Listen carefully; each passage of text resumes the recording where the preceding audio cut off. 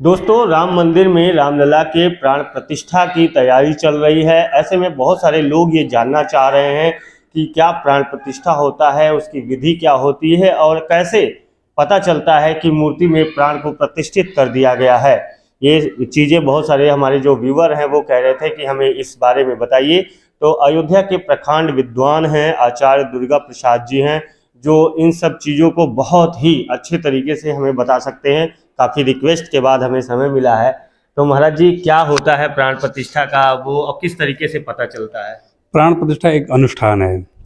प्राण प्रतिष्ठा प्रारंभ करते हैं मुहूर्त देख के, मुहूर्त विचार किया जाता है। सारे चीज़ें हैं, दिन नक्षत्र मास सारे चीज़ों का विचार होता है। उसके बाद मुहूर्त निकालते हैं। अब प्राय से आजकल प्राण प्रतिष्ठा में जो सामान्य मूर्ति है उसमें तो बहुत संस्कार नहीं रहता है, मूर्तिकार मूर्ति बना देते हैं। और राम जन्मभूमि वाला जो मूर्ति है उसका जो है, जब उसका पहले दिन उस पत्थर का पूजन करके आज तक निरंतर, जैसे माताएं एक होता है गर्भधान संस्कार के बाद पता चलता है जब गर्भ बैठ गया है सामान्यतया, उसके बाद उसमें अच्छी अच्छी बातों का, शास्त्रों का चिंतन, भागवत गीता वेद सारे अनुष्ठान उनको सुनाया जाता है। ये भाव रहता है कि अंदर ही वो बैठ के सुनता है, उसके मन में कोई रहता नहीं है, सारे चीज़ें उसको मिल जाए। जैसे परीक्षित जी को सारा चीज़ का पेट में ज्ञान हो गया था, ये सबका भाव रहता है। तो अब वो तो संस्कार प्राय से मूर्तिकार जो खरीदते हैं सामान्यतया और जगह, तो उसमें तो कर देने। तो अब क्या करते हैं, अनुष्ठान में लाने के बाद, मूर्ति को लाने के बाद सारे संस्कार होते हैं। उन संस्कारों में जो है एक प्राण प्रतिष्ठा एक कर्मकांड विधि है, वो संस्कार में नहीं आता। दूसरा, उसमें जैसे गौरी गणेश पूजन, नवग्रह पूजन, षोडश मातृका, पंचांग पीठ हम लोग जिसे बोल, षोडश मातृका, सप्तकृत मातृका और सर्वतोभद्र रहते, जो आप सारे मंडल रहते हैं, क्षेत्रपाल सर्वतोभद्र रहते, सारे मंडल का पूजन होता है। और यज्ञशाला में सारे, और उसमें अधिवास इत्यादि, जैसे हम जलादिवास, घृतादिवास, फलादिवास, पुष्पादिवास, अन्नादिवास, कई प्रकार का जो रहता है उसका वास, मतलब उनको उसमें शयन कराते हैं। उनको वो वाला जो उनका तत्व है उनके अंदर समावेश हो, ऐसा भावना रहता है। ऐसे करके उसका प्रक्रिया है। और जी, तो ये महाराज जी, जब ये प्रक्रिया पूरी हो जाती है, प्रतिमा कब लाई जाती है? उसके बाद सारे अधिवासों के बाद जब हम मधु और रुई करके, उसको नेत्र जो है पहले से बंद रहता है मूर्ति का पहले से ही, अच्छा। क्योंकि जब नेत्र खुलने का मतलब है कि आगे प्राण, और उसके बाद अधिवास इत्यादि सब लोग नगर भ्रमण का कार्यक्रम होता है। तो नगर भ्रमण का अभिप्राय यह रहता है कि जैसे राजा अपने गद्दी में बैठने से पहले नगर में क्या क्या हो रहा है उसकी जानकारी हो, ये भावना रहते हैं। ऐसे हमारे जो भगवान होते हैं वो राजा होते हैं उस क्षेत्र का, तो राजा होने के नाते नगर में क्या हो रहा है उनको भी इसी प्रकार से भ्रमण कराया जाता है। तीसरा, अगर प्रतिष्ठित होने के बाद तो भ्रमण करने आएंगे नहीं, इसलिए बाहर क्या हो रहा है बहुत अधिक पता नहीं चलता, ये भाव रहता है सब लोगों का। इसी की दृष्टि रखते हुए नगर भ्रमण करने के बाद उनका प्राण प्रतिष्ठा होता है।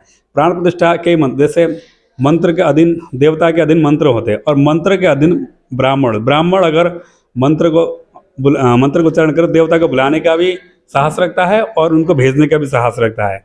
इसलिए इस ब्राह्मण के अंदर ऐसा क्षमता रहता है कि वो प्राण तत्व को वो देवताओं में प्रतिष्ठित कर देता है।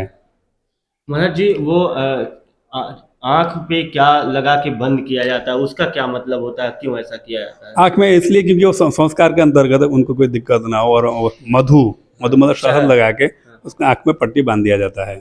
उसके बाद क्या होता है, कैसे उसको हटाया जाता है, क्या हाँ, वो होता है? प्रतिष्ठा होने के बाद जब प्राण तत्व जब आ जाता है तो उसको हटा देते हैं, और सामने शीशा, दर्पण हम जिससे बोलते हैं। और ये तो केवल कहने वाली बात है, हर जगह टूटता नहीं है, वो एक अफवाह टाइप का चल गया है कि टूटेगा तो टूटता नहीं है। और सबसे पहले भगवान जी अपने स्वरूप स्वयं को देखे, क्योंकि उनका भावना रहता है कि इतना तेज है कि सामने वाला व्यक्ति झेल पाएगा कि नहीं झेल पाएगा उस तेज को, ये भावना रहती है। ये एक प्रक्रिया है, एक विधान है। तो क्या ये भी विधान है कि चाहे जो शीशा दिखा सकता है? हाँ, शीशा में तो, अब शीशा तो कोई भी शीशा हो सकता है, छोटा बड़ा, उसका आकृति आकार के हिसाब से हो सकता है। महिला पुरुष का ऐसा तो कुछ विधान नहीं? यजमान तो पति पत्नी रहते हैं, तो पुरुष वर्ग दोनों रहे। यजमान कभी भी जो है हमारे शास्त्र के तो अकेले बैठने का अधिकार नहीं है। जैसे राम जी भी अश्वमेध यज्ञ किए थे, तो उनको भी अकेले बैठने का अधिकार नहीं है। तो उसका माता जी का स्वरूप जो है स्वर्ण का मूर्ति रखा गया, तो इसलिए यजमान पति पत्नी बैठते हैं। तो पति पत्नी दोनों रहेंगे तो उसको दर्पण को दिखाएंगे, सबसे पहले भगवान को दर्पण, उसके बाद गौ दिखाते हैं, फिर ब्राह्मण, फिर ऐसा करके नियम है जी। कि मतलब पहले तो भगवान का जो प्रतिमा प्राण प्रतिष्ठित हो जाएंगे तो उन्हें दर्पण दिखाया जाएगा, वो दर्पण में अपना मुख देखेंगे, उसके बाद गौ दर्शन। गौ दर्शन इत्यादि कई प्रकार के विधान है, परंतु कहीं कहीं जगह ये संभव नहीं रहता है, तो जी। फिर संभव नहीं रहता, हम लोग उसका भी जो विकल्प भी होता है तो विकल्पों को ढूंढने का प्रयास करते हैं। जैसे कई जगह तो ये लिखा है कि भगवान जब वो राजा उड़ते ही सबसे पहले गौदान करता है। अच्छा। हाँ, ये भी एक भावना है। गोदान करने के बाद आगे प्रक्रिया उनका शुरू होता है, दिनचर्या। बहुत से लोगों को पता नहीं है तो वो है जी। तो इस तरीके से प्राण प्रतिष्ठा होती है। कैसे पता चलता है महाराज जी की प्राण प्राण प्रतिष्ठा हो गई है? क्या कोई ऐसा संकेत मिलता है धार्मिक, या कि मतलब ये एक जिज्ञासा है, मेरी खुद की भी ये जिज्ञासा है कि मैं जानना चाहता हूँ। प्राण प्रतिष्ठा से क्या होता है, एक तो नेत्र बंधन खुल जाता है, दूसरा अचानक किसी के अंदर प्राण आ जाता है यार, वो भाव उसमें लग जाता है, और कर्मकांड करने वाले जो ब्राह्मण रहते हैं वो सारे मंत्र को पढ़ने के बाद वो रहता है, तो आप क्या भावना यादृश्य भावना से सिद्धिर भवति तादृशी, इसकी जो भावना होता है उसी को ऐसे प्राप्त होता है। और वो जब कर्मकांड पूरा होता है आपके आपके अपने आप को अनुभव होने लगता है कि कुछ न कुछ इसमें आप चमत्कारिक हो गया है। ये तो सामने रखा है उसी मूर्ति में, आप जो है कुछ भी अनुभव नहीं होता है। जब प्राण प्रतिष्ठा होता है आपके मन तुरंत परिवर्तन हो ही जाता है, वो अनुभव वाली चीज़ है, वो आपको स्पर्श करके या देख के अनुभव नहीं, तो आपके शरीर में स्वतः ऐसे कुछ भगवान हमने किसी ने देखा तो नहीं है, किसी ने बताया कि भगवान होते हैं, पर वो सारा भगवान अनुभव वाली चीज़ है। आप अनुभव करेंगे तो मिलेगा, अनुभव नहीं करेंगे तो नहीं होगा। तो अब दिन बहुत करीब है जब भगवान रामलला राम मंदिर में विराजमान होंगे, उनकी प्रतिमा में प्राण प्रतिष्ठा किस तरीके से की जाएगी, क्या प्रोसेस था, महाराज जी बता रहे थे। आपको ये भी बता दें कि महाराज जी ही जब प्रधानमंत्री आए थे, नींव का पूजन हुआ था, तो महाराज जी ही उस दल में थे, या महाराज जी प्रमुख रूप से थे वहाँ पे। तो और सारी बहुत सारी जानकारी हम आपको अपने अयोध्या वाला पे दिखाते रहेंगे। तब तक के लिए जय श्री राम।